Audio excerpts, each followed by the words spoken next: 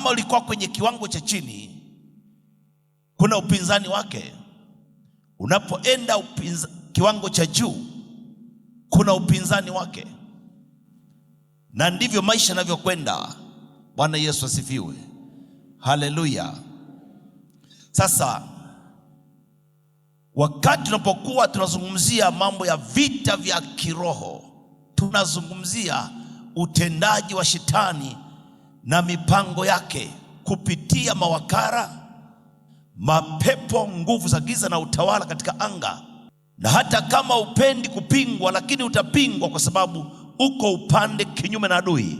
Hata kama sio mwombaji, kwa vile tumetangaza uko upande wa imani, adui shetani na mapepo na utendaji wake vitakuja kinyume na wewe. Uwe mwombaji usiwe mwombaji, lazima utazuiliwa. Kuwa kinyume si lazima kuomba, ni kuwa upande tofauti na shetani. Ndio maana ili sasa uende kwa usalama, lazima ukubali kuvaa silaha za vita, hata kama ukutaka. Maana vita vipo. Kama unanielewa, vita vipo, upende usipende, vita vipo. Na ukisha kujua vita vipo, ni vizuri kuvaa silaha kuliko kutembea bila silaha. Na silaha ni maombi. Silaha kubwa ni kuomba. Kuomba kunakupa nafasi ya kuwa na nguvu za Mungu ambazo zinakusaidia kuzipinga hila za shetani.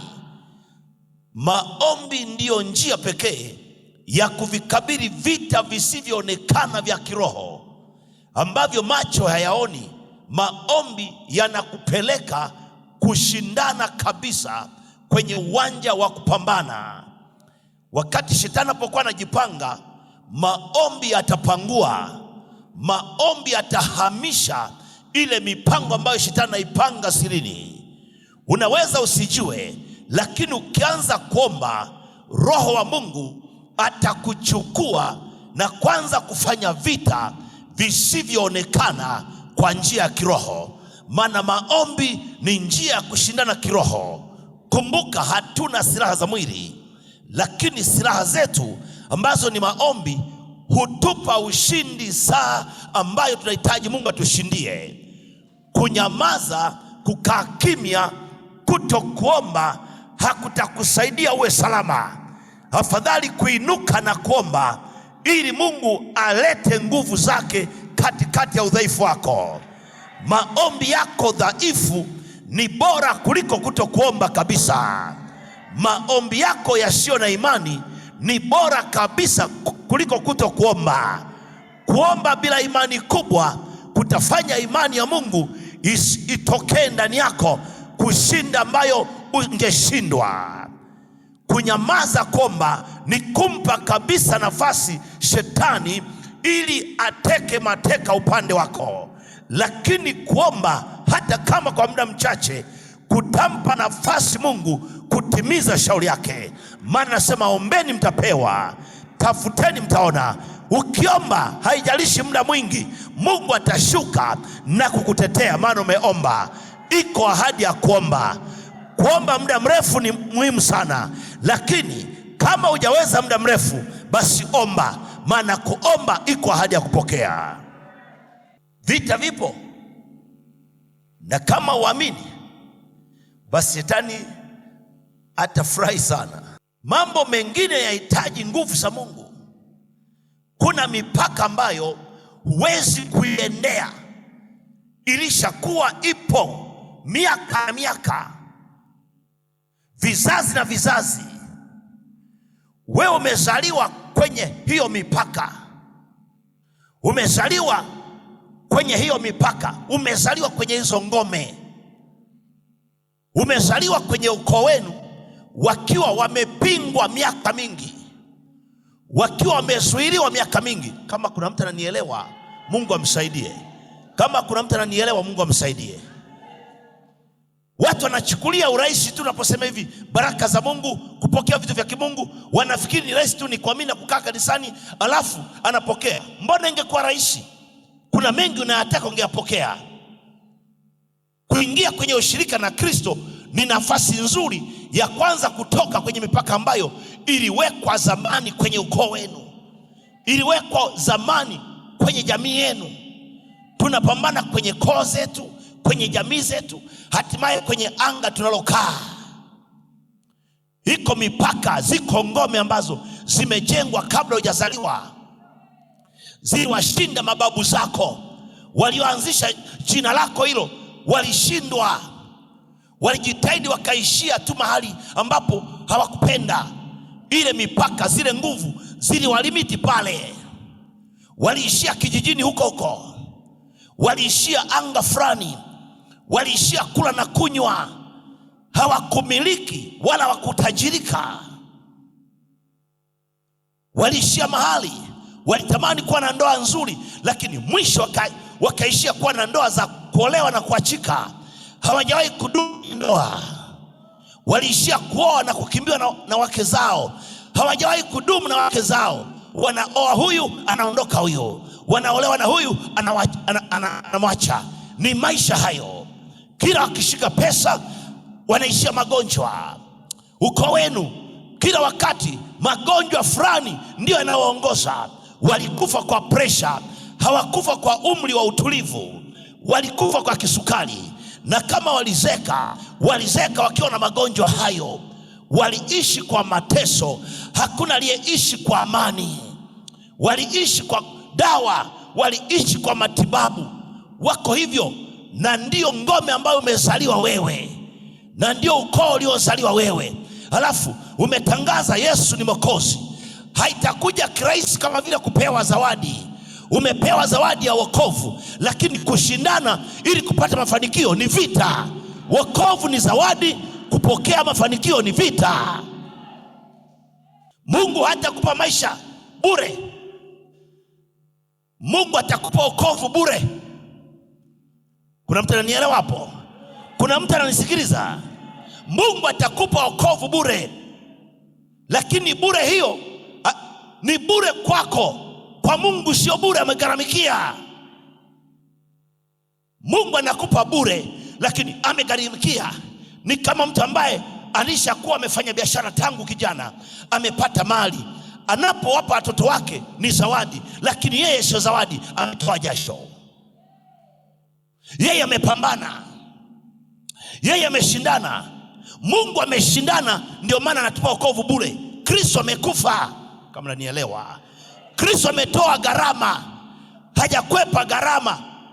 Wokovu ni bure kwa sababu yuko aliyetoa gharama. Vinginevyo tungegharamikia sisi pia, lakini Kristo amesema imekwisha. Hakuchukua bure, alikwenda msalabani, alipigwa viboko, walimtesa, walimtukana, wakamtemea mate, akafa, ndio akafufuka kwa ahadi ya uzima. Lakini mengi yalimpata. Ili kupata ushindi lazima ushindane. Huwezi kupewa ushindi mkiwa mmesimama. Lazima kama ni kukimbia ukimbie, lazima kama ni kupigana upigane. Wanaopigana ngumi hapewi kikombe akiwa hana nundu. Anatoka na nundu lakini ameshinda. Anatoka na kikombe cha dhahabu lakini macho hayaoni, alishavimba macho. Wapiganaji hawaogopi nundu. Wapiganaji anashindania apate ushindi. Nundu ni sehemu ya kupigana. Ushindi na nundu vinaenda pamoja. Huwezi kupigana alafu usipigwe hata konde moja, haiwezekani. Unapigwa makonde ya kutosha tu. Shetani akikushambulia usifikiri Mungu amekuacha. Shindana, bado ushindi utaupata. Hata kama kaburuzwa, shindana. Yakobo alishindana hata kategua mguu, lakini anachotaka ashinde, aondoke kwenye kikwazo cha kuitwa mdanganyifu, aitwe mwenye ahadi, aitwe taifa la Mungu. Kama unanielewa? Kama unanielewa? Kama unanielewa? Tumeokoka sawa, tuna ahadi sawa, lakini umetoka wapi? Wokovu uliopokea sio nusu, umekamilika. Sasa unahitaji katika wokovu, unahitaji mafanikio, unahitaji afya njema, unahitaji mali, unahitaji fedha. Usifikiri vitakuja kama wokovu. Havitakuja kama wokovu, vitakuja kwa kushindana. na ukoo wenu ulikotoka ziko ngome tofauti na kwetu, ziko tofauti na yule, ziko tofauti na yule. Lazima ujue natoka wapi. Kama natoka Ajemi, ujue kwa Waajemi yuko pepo. Kama natoka Marekani, ujue kwa Marekani yuko pepo. Kama natoka Tanzania, ujue Tanzania kuna pepo. Kila anga lina pepo. Kila anga, kila mkoa, kila wilaya, kila kijiji, kila kitongoji kina pepo. Sasa changanya anga lako na anga la ukoo wenu. Fikiria wewe, wangapi kwenu wamesoma? Inawezekana kuna mwenye degree hata moja. Kama unataka kusomesha watoto, ujipange. Watakumbana watoto wako na kushindwa kuona, watapambana na meno kuuma, watapambana na masikio kuuma. Mara kadhaa utapigiwa simu shuleni kwamba njoo mchukue mtoto anasumbuka macho, njoo mchukue mtoto anasumbuka miguu. Nini? Kuna mipaka iliyowekwa. Ukoo wenu ndio wewe unataka kutoa watoto, na usipokaa vizuri adui anaweza kuleta uharibifu. Lazima usimame wewe, ujue kwamba hapa natoa watoto wangu, hapa na watoa watoto wangu. Lazima uwe shujaa, uwe hodari katika Bwana na katika uwezo wa nguvu zake. Vinginevyo watoto wako watakuwa kafara, vinginevyo watoto wako wataishia kuwa walemavu. Simama katika imani, amini injili na uwezo kwamba Mungu anataka wewe usimame. Uhakikishe unatoka na watoto wako, uhakikishe unawatoa watoto wako. Vinginevyo usipojua, shetani atakuwa anashinda nyumbani mwako. Maana umeamua kusomesha watoto wako, lakini ukoo wote hawajasoma, waliishia darasa 7. Kizazi chako unataka kupindua mambo. Ndugu zako wote, vizazi vyote hawajai kumiliki magari, hawajai kumiliki majumba, hawajai kuwa matajiri. Wameishia kuwa na ng'ombe pea moja kulimia. Wameishia babu zako baiskeli. Wewe unataka kuwa na magari, unataka kuwa na usafirishaji, sijui ununue masemi. Vita sio vichache, lazima wewe ni shabaha. Utafungwa kama ujui, shetani atakufunga. Ukisha kujua sasa uko ndani ya Kristo, ndipo pale Kristo anakuwa ni silaha yetu. Lakini vita vipo, mipaka ipo, ngome zipo. Yesu anachotusaidia ni kuingia kwenye uwanja wa vita kwa jina la Yesu. Naingia kupangua ngome za ukoo wangu kwa jina la Yesu. Naingia kupangua mipango iliyopangwa zamani na mashetani kwenye ukoo wetu kwa jina la Yesu. Hapo ndio Yesu anakuwa msaada, kwa sababu unacho kitu cha kusimama ili kushindana. Lazima utathmini kuna vitu gani. Ukikaa tu kwamba nimeokoka, nimekombolewa kwa mambo yote, huo ni udanganyifu wa shetani. Shetani anataka uwe mjinga. Biblia inasema sisi sio wajinga, tunajua njia. Njia ni Kristo, tunajua uwezo wake, lakini tumepewa akili ya kupambanua. Mimi natoka wapi? Kwenye ukoo tunafahamu. Mpaka nimefika hapa mimi, kuna vitu vingi nimeshindana. Nimekataliwa na ndugu mara nyingi, nikapuzwa, nikafukuzwa na ukoo. Waliokuwa wananifukuza sio watu, ni wale pepo ambao wamewatawala muda mrefu. Wameona kuna mtu anataka kufanya mapinduzi. Wao ni watawala, wao ni wamiliki. Mimi nimetangaza kwamba kitajulikana, kitaeleweka. Lazima hapa natoka. Pepo anasema haiwezekani, babu zako tuliwashinda, wewe ni nani? Mimi sasa nawaambia, babu zangu walishindwa, hawakuwa na tumaini, hawakuwa na nguvu. Mimi na nguvu katika Mungu, ndio ushindi wangu. Babu zangu walishindwa, walitegemea akili zao. Mimi nategemea jina la Yesu. Babu zangu walishindwa kwa sababu hawakuwa na mamlaka. Mimi na mamlaka ya Bwana. Kwa hiyo nawajia niye pepo kwenye ukoo huu kwa mamlaka ambayo sio ya ukoo, ni mamlaka ya mbinguni.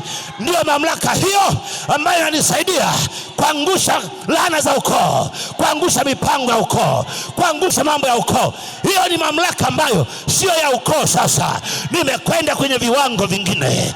Babu zangu hawakufika huko.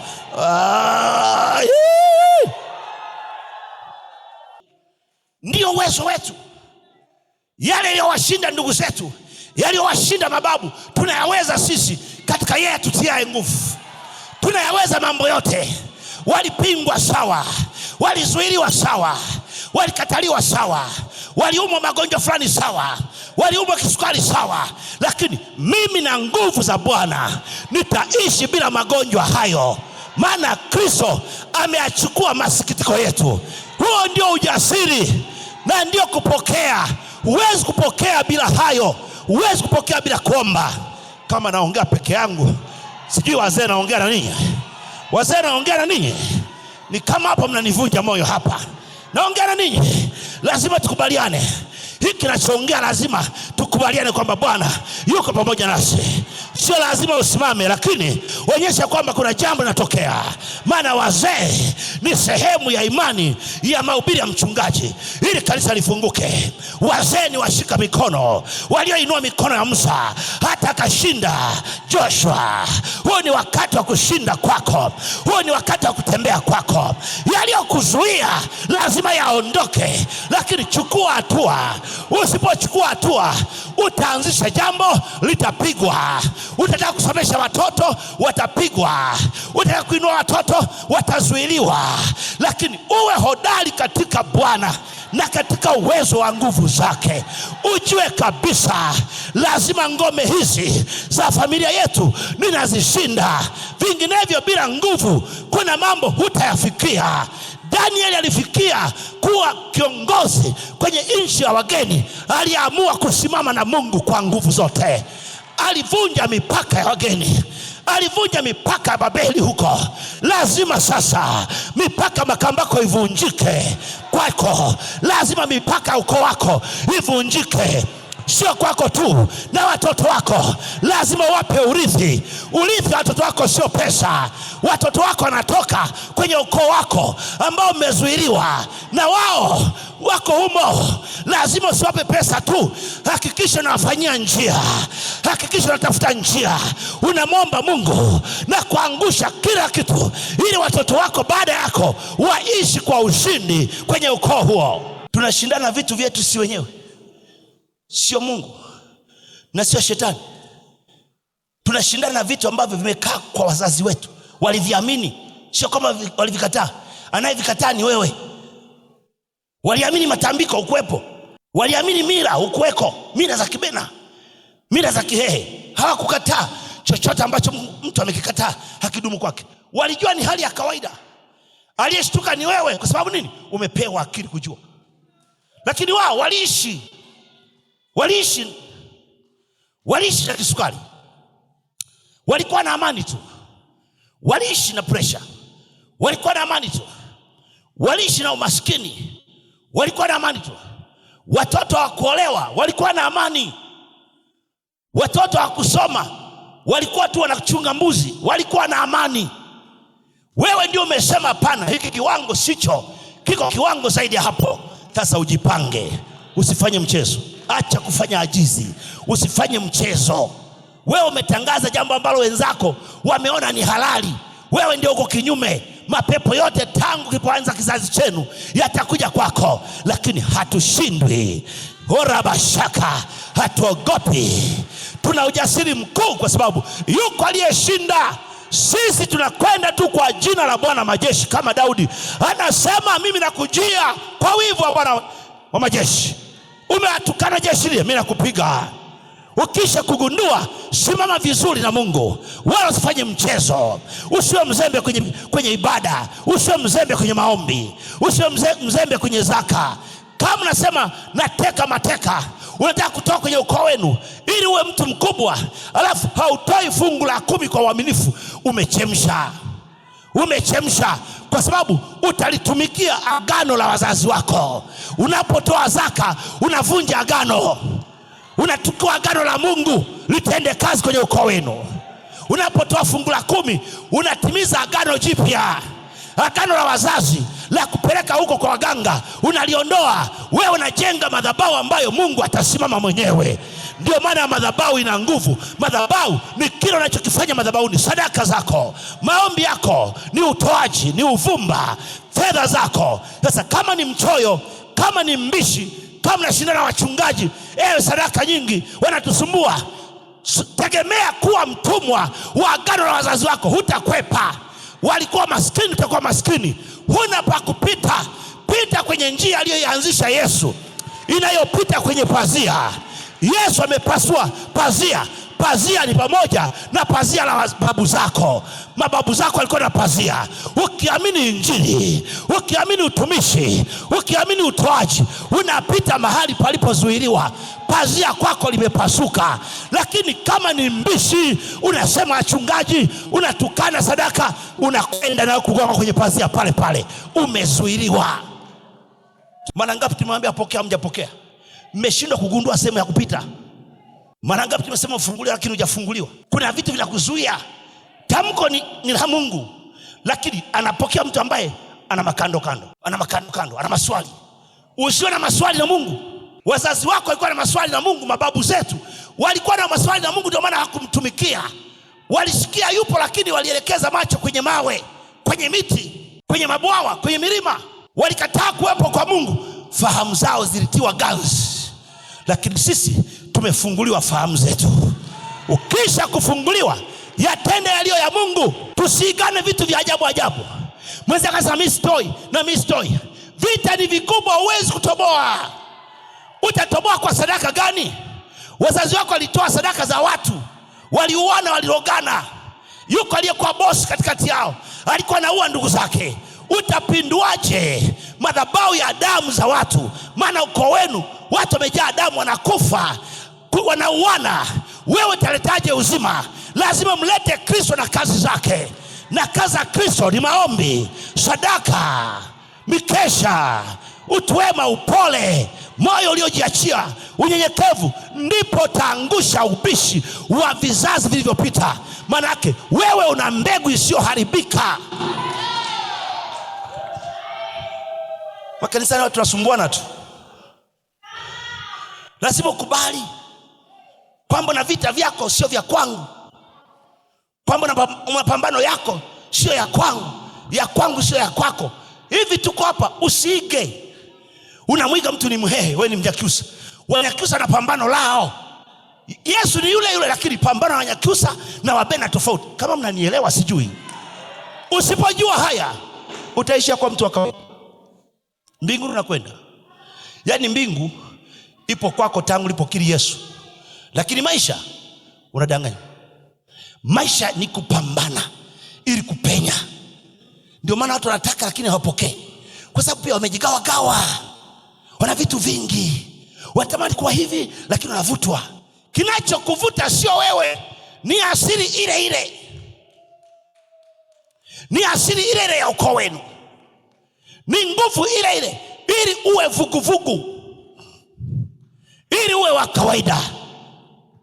Nguvu ile iliyowafanya wale watumikishwe inakupeleka na utumwani.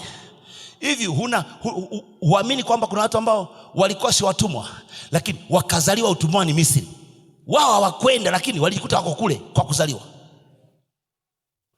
Hawakwenda. Wakati walipokwenda kina Yusufu, walikuwa watu kama 70 na kitu. Yaani wana wa Yakobo walikuwa kama 70 na kitu. Lakini kule wanatoka watu milioni ngapi? Yaani pamoja na watoto, mamilioni ya watu. Wengine hawakwenda, walienda watu waliokuwa na njaa. Kizazi hiki cha Yakobo walikuwa na njaa. Wana 12 hawa ndio waliokuwa watumwa, ndio waliokuwa wanaenda kutafuta chakula. Lakini wamejikuta wana kundi kubwa la watoto ambao wao hawakuwa na njaa. Wamezaliwa Misri, wanakula, lakini sio kwao. Oh my God. Wamekuta vitukuu wako kule. Wewe ukuwa mtumwa. Babu zako walienda, walitumikisha, lakini sasa wewe umejikuta uko utumwani, alafu unadai uhuru kwamba uwe huru. Na kweli umepata uhuru wa kuwekwa huru na Kristo Yesu. Sasa unarudije katika nchi ya ahadi? Ni kweli umegundua? Ndio Musa alipogundua, akaona wanapigana wao kwa wao, mambo yamechemka. Anasema msipigane hapa, wazo ni kutoka. Wakamgeuka. Leo wakati mwingine mnashindwa kuchukua injili ya kweli. Simama na baba yako wa kiroho. Kinyume na baba yako wa kiroho hauna ushindi. Anayejua maisha yako ni mzazi, na mzazi ndio mchungaji wako. Usijifariji. Hii ni nyumba ya Bwana. hapa yuko baba, hapa yuko mama, lazima hawa watatuelekeza njia. Kinyume na hapo ni mwasi, sio mtoto, na yatakushinda. Umesimama peke yako. Hatuna mababa wengi, tuna walimu wengi, baba ni moja.